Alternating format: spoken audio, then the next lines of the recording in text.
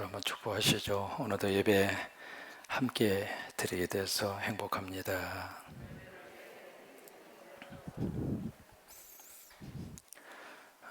신명기라고 하는 성경은 장차 요단강을 건너서 가나안 땅에 들어갈 미래 세대, 차세대가 되겠죠. 넥스트 제너레이션이 되겠죠. 이제 그들을 향하여 모세의 마지막 유언적인 설교를 모은 성경이 신명기입니다.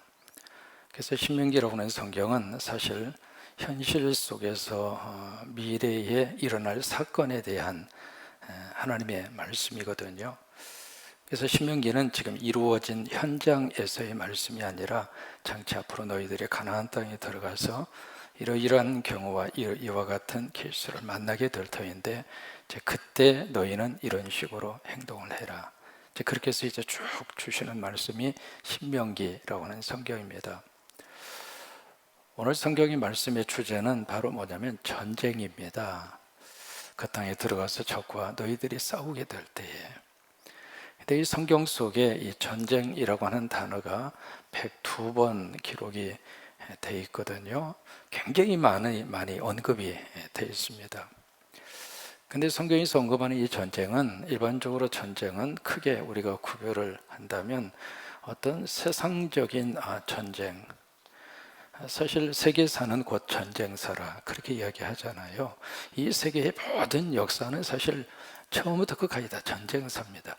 지금도 계속해서 국지전이 일어나고 있고 세계 1차, 2차 세계대전, 그 대전 때문에 죽은 사람이 헤아릴 수 없을 정도로 그렇게 많잖아요. 세계 1차 대전을 통해서 죽은 사람이 4천만 명입니다. 2천만 명입니다. 근데 그 2천만 명을 죽이려고 얼마의 돈을 쏟아 부었느냐면 4천억을 갖다가 쏟아 부었습니다. 그 다음에 2차 세계대전 때 죽은 사람이 1차 대전보다도 3배 더 많습니다. 6천만 명이 죽었습니다. 그 6천만 명을 죽이려고 갖다가 쏟아 부은 돈이 1조 4천억 원입니다. 어마어마한 돈을 갖다가 전쟁에다가 쏟아 부은 거죠. 지금도 마찬가지입니다. 이게 일반적으로 우리가 이 세상적인 전쟁이 있는가 하면 또 하나 성경에서 말하는 이 전쟁의 의미는 좀 다른 그 의미를 가지고 있거든요. 성경에서 말하는 전쟁은 무슨 전쟁이냐면 하나님의 전쟁입니다. 그래서 일반적으로 우리가 생각하는 이 전쟁이라고 하는 단어 속에서 느껴지는 그런 개념하고 성경에서 말하는 전쟁의 논리와 전쟁을 접근하는 방법 자체가 다릅니다. 오늘 성경도 마찬가지거든요. 1절 보시면 너희가 적과 싸울 때에 여기 3가지가 나옵니다. 말과 병거와 사람이 나오거든요. 말과 병거와 사람이 많음을 너희들이 보거든 1절에 그렇게 말씀하고 있잖아요.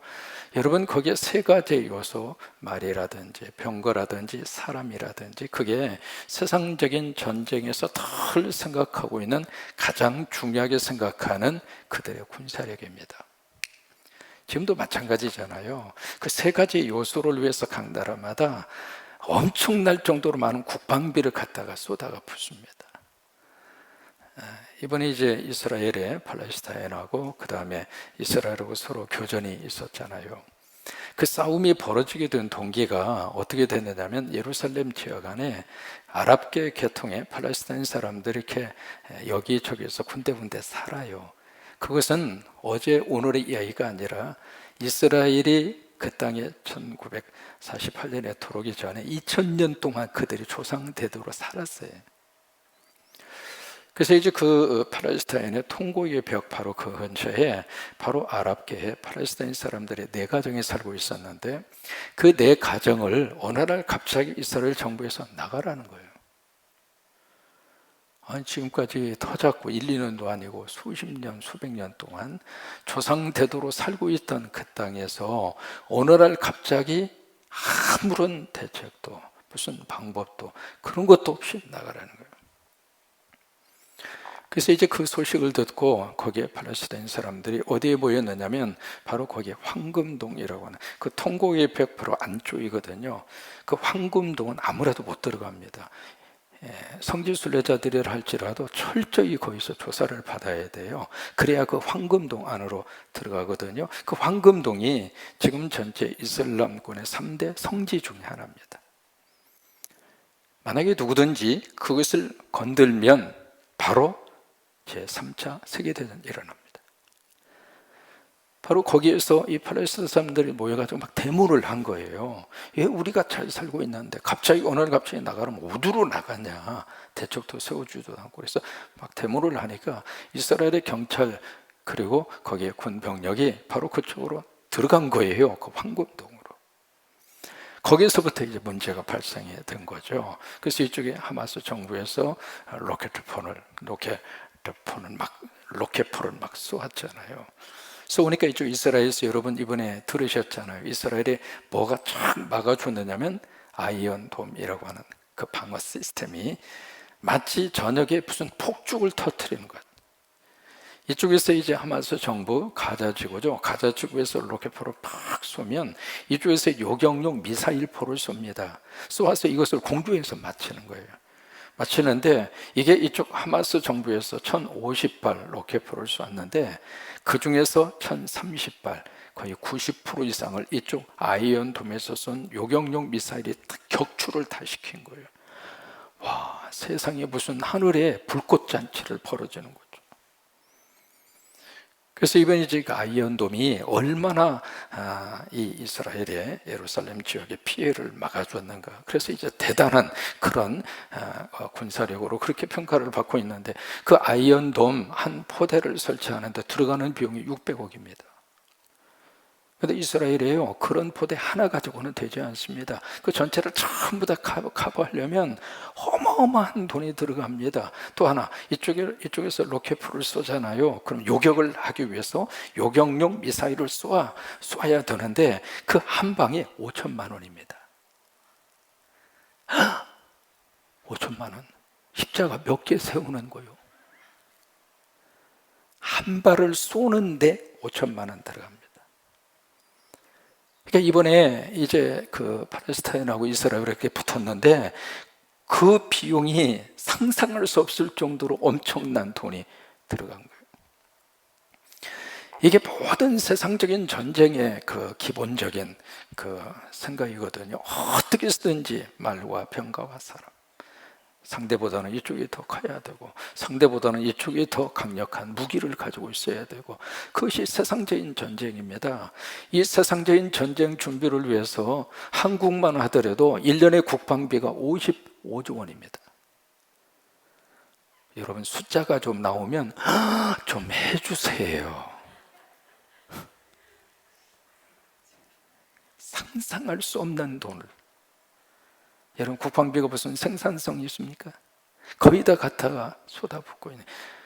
미국 같은 경우에는요 1년에 들어가는 국방비 예산이 천문학적인 숫자입니다.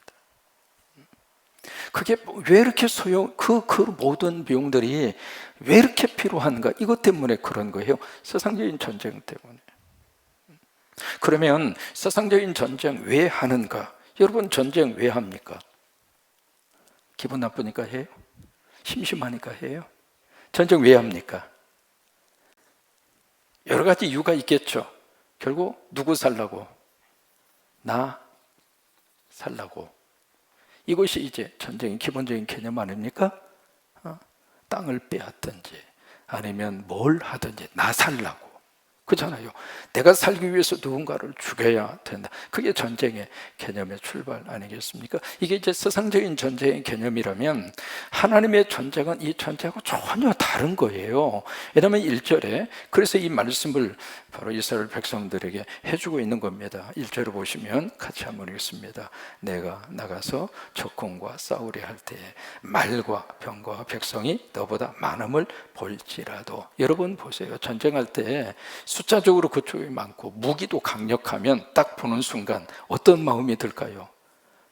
큰일 났네, 끝났네, 그 생각 들 거 아니에요. 한국이 지금 왜 두려워합니까? 북한의 핵 때문에 그런 거 아니겠어요? 북한하고 지금 한국하고요 비교해서 북한은 게임이 안 됩니다. 북한은 한국하고 게임이 안 됩니다. 경제력에 있어서나 모든 면에 있어서. 근데 무엇 때문에 지금 한국이 놀래고 있습니까? 무엇 때문에 두려워하고 있습니까? 핵 때문에 그런 핵 때문에. 그러니까 여기 1절에 있는 말씀대로 이 세상적인 전쟁의 기준으로 봤을 때에는 말병과 백성이 너보다 많음을 보면 두려울 수밖에 없죠. 떨 수밖에 없죠. 어떻게 해서든지 대비책을 해야 되겠죠. 그래서 이번에 이스라엘에서 한국도 우리처럼 아이언돔 그것을 좀 설치를 하는 것이 좋다. 그렇게 이제 충고를 합니다. 그러나 비용이 조금 많이 들 것이다. 조금이 아닙니다. 어마어마한 돈이 들어가야 되는 거예요.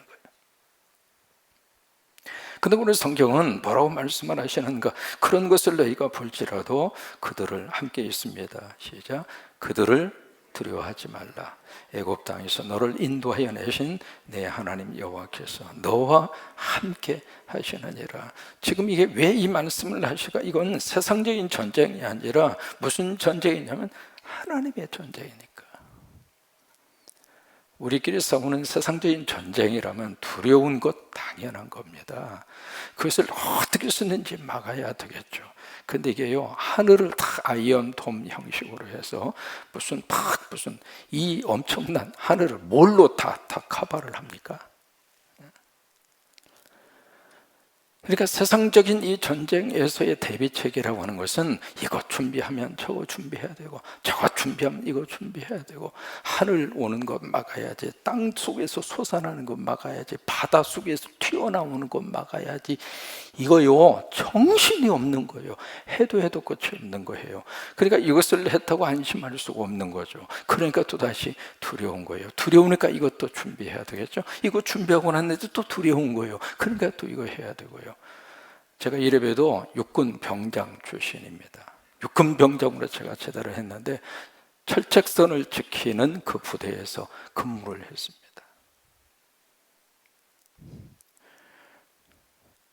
날이 밝잖아요. 가장 먼저 하는 일이 있습니다. 철책선 일일이 전부 다 가서 조사를 합니다.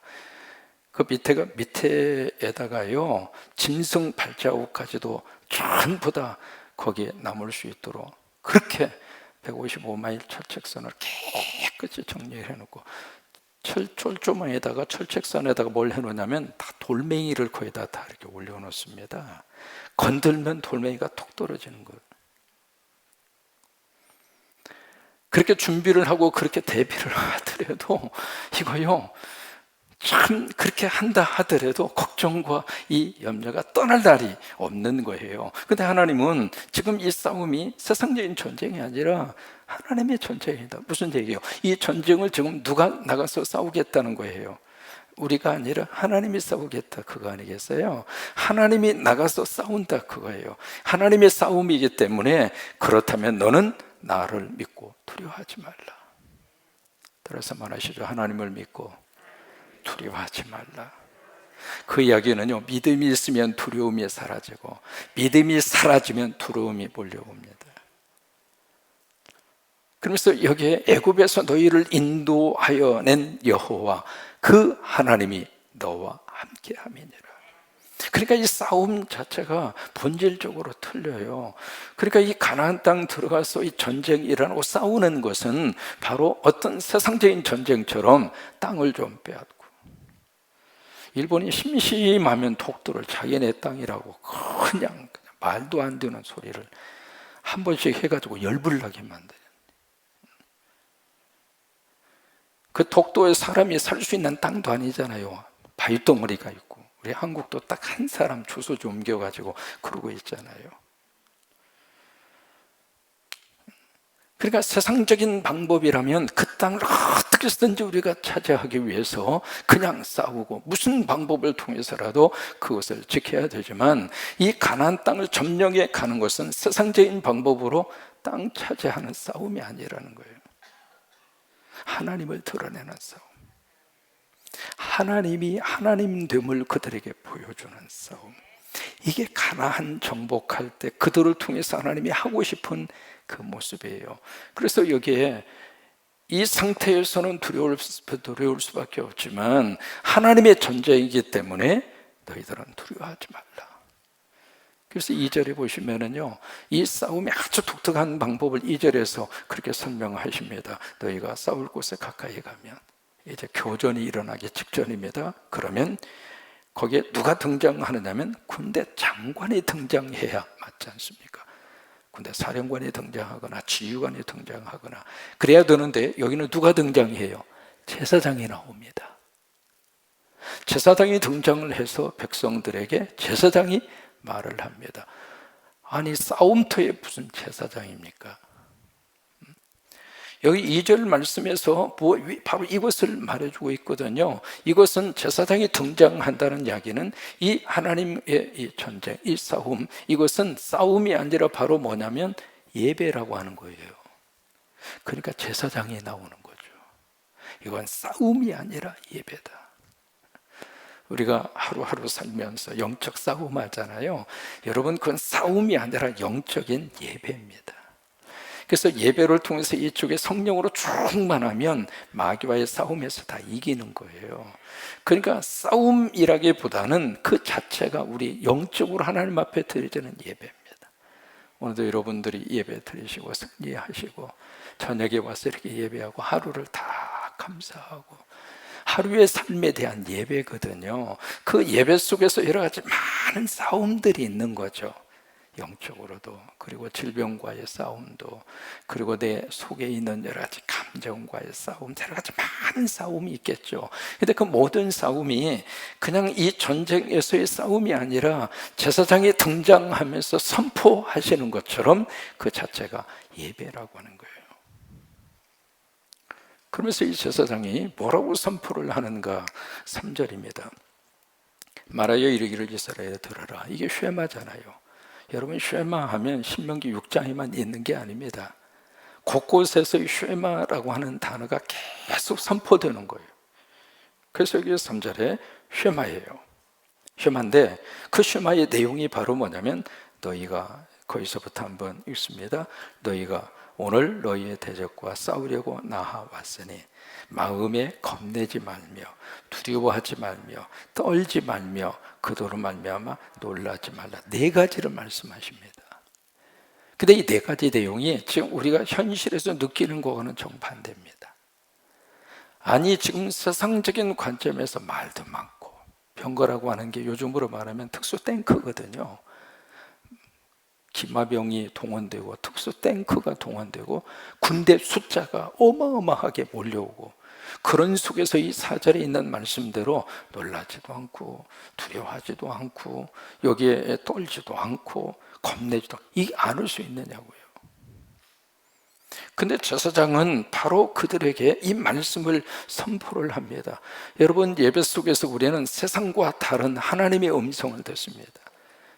오늘 브리스 주류 멤버를 통해서 고난이 있다 할지라도 소망의 아침이 밝아오리라. 하나님의 메시지입니다. 우리는 고난만 생각하는 그 속에서 하나님은 아니야. 고난 다음 인내와 더불어서 인내 다음에 내가 너에게 소망을 주려 함이니라. 그 하나님의 음성을 듣는 겁니다. 그러니까 세상과 전혀 다른 메시지를 하나님이 우리가 제사장을 통해서 바로 전쟁을 앞둔 그 백성들에게 하나님이 선포해 주시는 것처럼 예배를 통해서 하나님이 그렇게 우리에게 선포하시는 거예요. 몸이 아파 힘든데 하나님은 내가 너를 치유하리라. 나하고는 전혀 다른 말씀이잖아요. 걱정 속에 있는데 하나님은 걱정하지 마. 내가 너와 함께 할 것이야. 내가 너 먹여줄게. 굶게 하지 않을게. 이게 세상과 전혀 다른 모습으로 하나님이 우리에게 말씀을 주시고 있는 거예요. 바로 4절이 3절이 바로 그런 내용입니다. 그래서 겁내지 말고 두려워하지 말고 떨지 말고, 이 떨지 말라고 하는 말이 패닉이라고 하는 말입니다.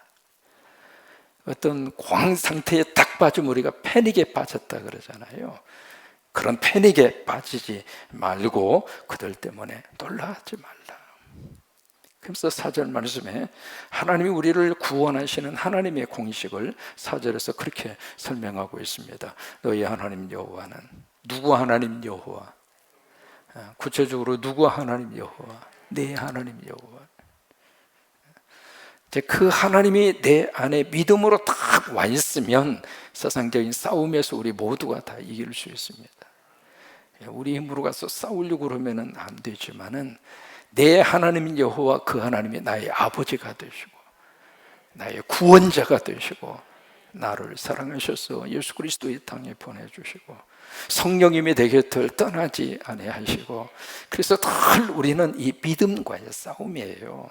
내 안에 믿음이 있으면 우리가 두려움을 몰아내고 살 수 있는 것이고, 이 믿음이 약해지면 더 두려운 거예요.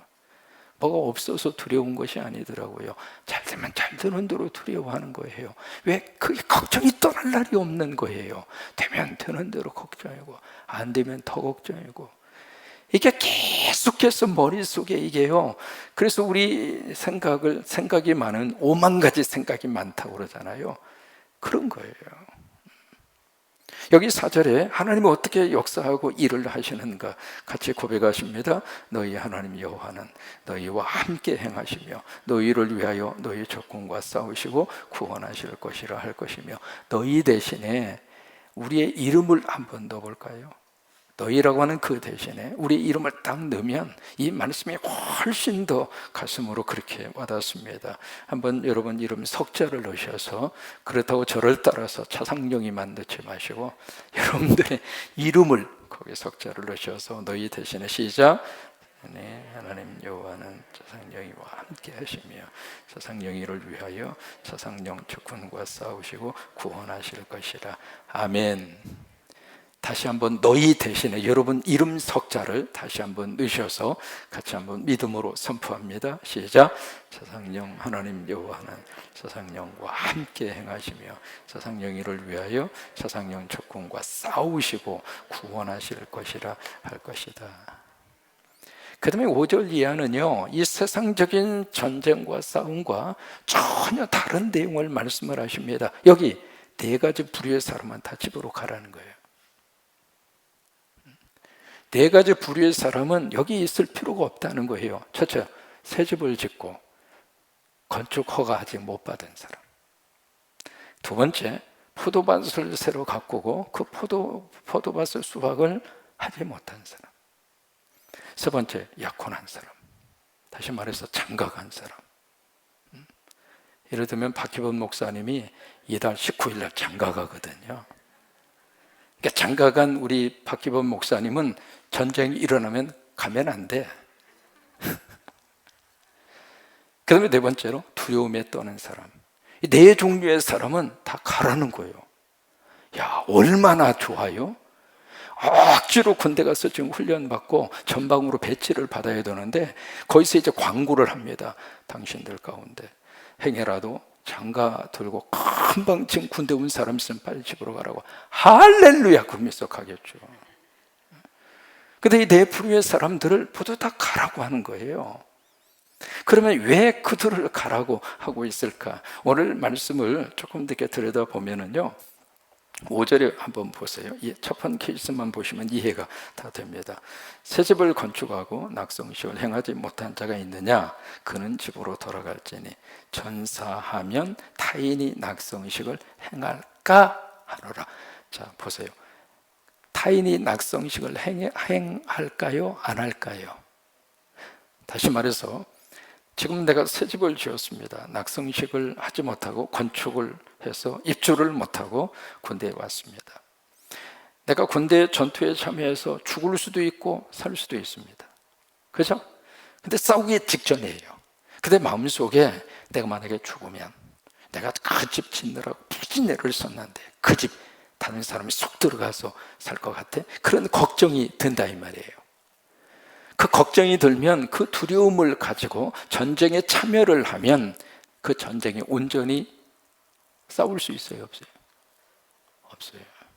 그래서 여기 까라고 하는 단어가 그래서 들어간 거예요. 행할까 하노라. 6절에 먹을까 하노라. 7절에 데려갈까 하노라.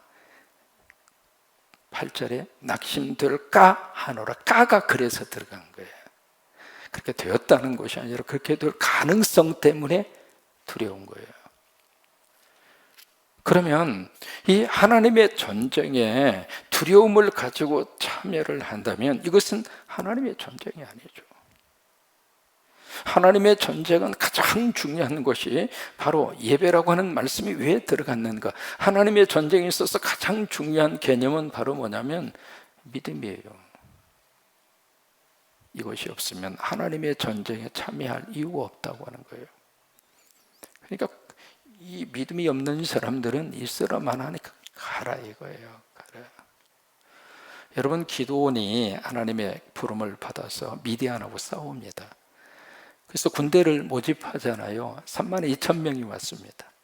하나님이 기드온에게 말씀하십니다. 야, 숫자 많어, 보내. 그래서 광고했잖아요. 가라고 그랬더니 진짜 가버렸어. 그래가지고 10,000명밖에 안 남았잖아요. 걱정이 태산이죠. 미디안 군대는 그냥 바닷가 모래알 같은데. 근데 또 한 번 하나님이 그러시잖아요. 야, 물가로 내가 하루 시내가. 제가 그 하루 시내가를 직접 가봤습니다. 가봤는데 지금도 시냇물이 줄줄줄줄 흐르고 있습니다. 그래서 이 병사들에게 물을 마시라고 시켜봐. 그래서 이제 물을 마시라고 그러니까 두 종류로 갈라졌잖아요. 엎어져서 막 물을 퍼먹는 사람이 있었고, 한 부류의 사람은 마치 개처럼 핥아먹는다는 이야기는 뭐냐면 물을 떠서 이렇게 앞을 경계하고 조심스럽게 먹었다 그 말이에요. 그래서 이제 둘로 나누니까 이쪽에 300명, 여기가 9,700명이잖아요. 그래서 9,700명 집으로 돌아가 할렐루야 하고 다가버렸죠. 딱 300명 남았죠. 하나님은 숫자 가지고 일하시는 분이 아니라고 하는 거예요. 하나님은 믿음으로 일하시는 분이죠. 그러니까 이 하나님의 전쟁의 특징이 바로 그겁니다. 믿음으로 하는 것이 하나님의 전쟁이라 그 말이죠. 그래서 갈 사람 가라는 거예요. 그러면 네 종류의 사람 다 보내놓고 아무도 없으면 어떻게 해요? 아니에요. 하나님은 참 묘하십니다. 반드시 헌신된 하나님의 사람을 하나님께서 모으셔서 하나님이 쓰십니다. 여러분, 교회가 안 될 것 같죠?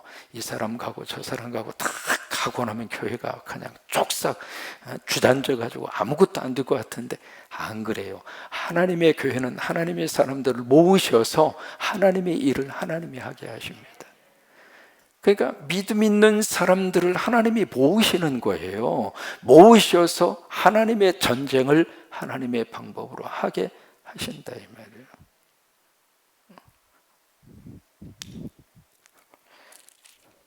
그렇게 해서 9절에 보실까요?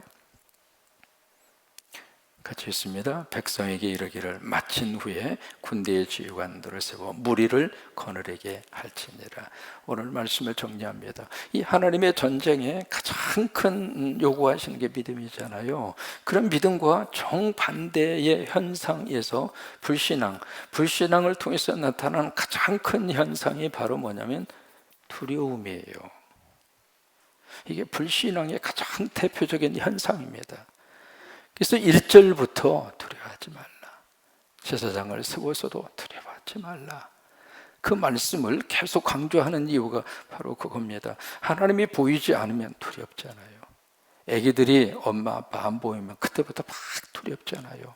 막 울잖아요. 그런 것처럼 우리가 믿음이 있을 때에는 두려움이 자리 잡지 않는데 믿음이 사라지고 믿음이 서서히 약화되면 약화되는 것만큼 왠지 모르게 자꾸 불안하고 두렵고 그런 거예요.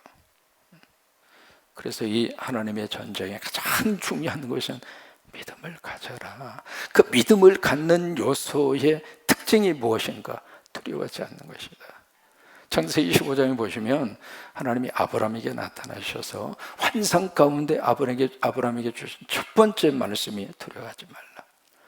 나는 너의 방패가 될 것이며 나는 너의 보상이 될 것이다. 창세기 25장 1절의 말씀이에요.